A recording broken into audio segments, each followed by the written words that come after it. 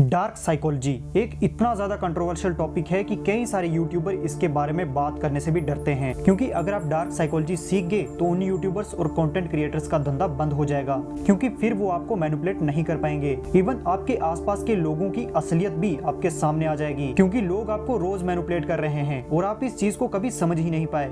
आप अच्छे हो तो इसका मतलब ये नहीं कि दुनिया भी आपके साथ अच्छी ही होगी, क्योंकि हिटलर जैसे साइकोपैथ, बड़ी बड़ी कंपनीज, पॉलिटिशियंस, सेल्समैन और आपके आसपास के कुछ लोग डार्क साइकोलॉजी सालों से यूज कर रहे हैं अपने फायदे के लिए। आपको डार्क साइकोलॉजी इसीलिए नहीं सीखनी चाहिए ताकि आप भी दूसरों को मैनिपुलेट कर पाओ, बल्कि आपको डार्क साइकोलॉजी इसलिए सीखनी है ताकि इसका यूज करके आपको कोई मैनिपुलेट ना कर पाए। इसीलिए इस वीडियो में हम आपको 11 डार्क साइकोलॉजिकल टिप्स बताने वाले हैं जो आपको पता होनी ही चाहिए। Hack number 1, gas lightning. Gas lightning एक ऐसा मैनिपुलेशन ट्रिक है जहाँ पे सामने वाला आपके दिमाग में आपकी ही मेमोरी के साथ छेड़छाड़ करके आपके अंदर सेल्फ डाउट पैदा करता है। वो जैसा चाहता है आप इस सिचुएशन को कैसे देखो, कैसे फील करो, आप एग्जैक्टली वैसे ही फील करने लगते हो। इसको एक एग्जांपल से समझो। मान लो सामने वाले ने आपके साथ कुछ गलत किया हो और जब आप उसको ये बताने गए तो बातों ही बातों में उसने इस पूरी सिचुएशन को ऐसे घुमा दिया जैसे गलती उसकी नहीं बल्कि आपकी ही थी। वो पर्सन आपकी अंडरस्टैंडिंग को चैलेंज करेगा कि कैसे आप बात को गलत समझ रहे हो,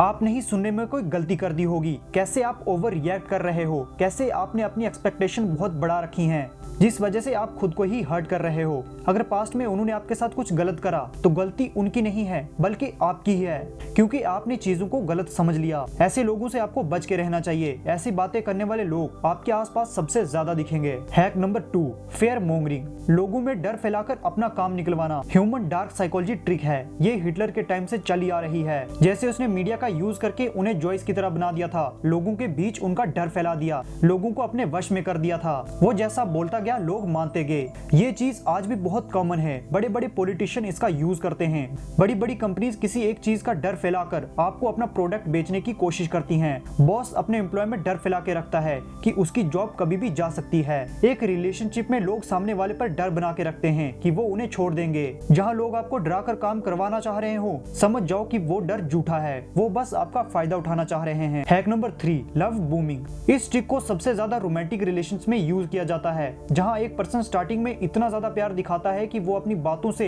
एक्शन से, गिफ्ट्स और सरप्राइजेस से सामने वाले से लव बॉम्बिंग करता है। इतना ज्यादा अफेक्शन शो करता है कि सामने वाला भी उससे प्यार करने लगता है। और जब उसे पता चलता है कि विक्टिम उसके कंट्रोल में आ गया है, उसे इसकी आदत हो चुकी है, तो वो लव बॉम्बिंग कम कर देता है, जिससे सामने वाला उस चीज के लिए तरसने लगता है कि वो पहले जैसा अफेक्शन क्यों नहीं शो कर रहा। उसके अंदर एक सेंस ऑफ रिजेक्शन आने लगती है और वो उस मैनिपुलेटर की काफी सारी बातें मानने लगता है। वो मैनिपुलेशन का शिकार बन जाता है। इसीलिए स्टार्टिंग में जब आपके साथ कोई भी ओवरली स्वीट हो जाए तो समझ लेना कि दाल में कुछ काला है। Hack number 4, social proofing. Influence of psychology persuasion के राइटर बताते हैं कि जब हम इन्फ्लुएंस होते हैं तो हम अपने आसपास के लोगों को, फ्रेंड्स या सेलिब्रिटी इन्फ्लुएंसर को देखकर वही करने लगते हैं जो सही है। Social proof common psychology trick है। जब आप अपने आसपास के लोगों को सेम चीज करते देखते हो, आप भी ऑटोमेटिकली उन चीजों की तरफ जाने लगते हो। बस इस ट्रिक को जो चीज डार्क बनाती है वो ये है कि कई बार लोग फेक सोशल प्रूफ बनाते हैं। किसी मूवी के पॉजिटिव रिव्यूज देखकर हम मूवी देखने चले जाते हैं, जबकि वो इतनी अच्छी भी नहीं होती। इंसान जो आपको इतना अच्छा नहीं लग रहा है, बट आपकी फैमिली और आसपास के फ्रेंड्स ये बोल रहे होते हैं कि ये बहुत अच्छा है, आप भी अपना पर्सपेक्शन चेंज करने की कोशिश करते हो। कई बार लोग आपका पर्सपेक्शन चेंज करा रहे होते हैं और आपको पता भी नहीं होता। Hack number 5, silent treatment. ये भी एक बहुत डार्क साइकोलॉजी हैक है जो पूरी एक लाइन पे डिपेंड करता है। Silence speaks louder than words. कभी सामने वाले को तोड़ने के लिए, कोई भी बात निकलवाने के लिए या कुछ रियलाइज करने के लिए बोल के या ड्रामा करके उतना सही रिजल्ट नहीं मिलता जितना साइलेंट रह के मिलता है, क्योंकि साइलेंस सामने वाले के अंदर मल्टीपल इमोशंस ट्रिगर करता है।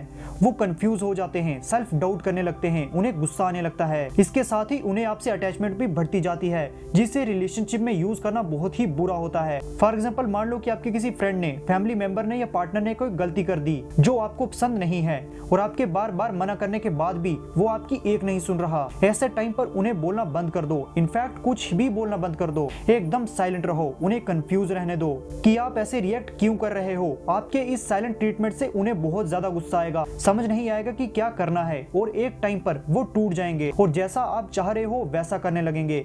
ये ट्रिक बहुत ही डेंजरस है और सामने वाले को साइकोलॉजिकल टॉर्चर से गुजारती है, इसीलिए इससे सिर्फ बचो, ना कि किसी पे यूज करो। Hack number 6, guilt trip. यहाँ पर सामने वाला आपकी किसी पिछली गलती पर आपको बार बार याद दिला दिलाकर आपको गिल्ट दिलाता है, जिससे आप एक वर्नेबल स्टेट में आ जाते हो। सामने वाला जैसा चाहता है आप मजबूरन वैसे ही करने लगते हो। फॉर एग्जाम्पल, आपका पार्टनर आपको घूमने ले जाने के लिए कन्विंस कर रहा है, पर आप वहां जाना नहीं चाहते और वो आपको समझाने के बजाय ऐसे वर्ड यूज करे, तुम तो मेरे साथ कहीं नहीं जाते, लास्ट टाइम भी हम कहीं नहीं जा पाए थे, मैं तुम्हें पसंद ही नहीं हूँ, मेरे साथ तुम्हें कहीं जाना अच्छा नहीं लगता। ऐसी बातें बोल के वो आपको गिल्ट में ट्रैप कर रहे होते हैं, जिससे आप अपनी मर्जी से खुशी से बात ना मानो तो कम से कम गिल्ट में आके ही उनकी बात का कहना मान जाओ।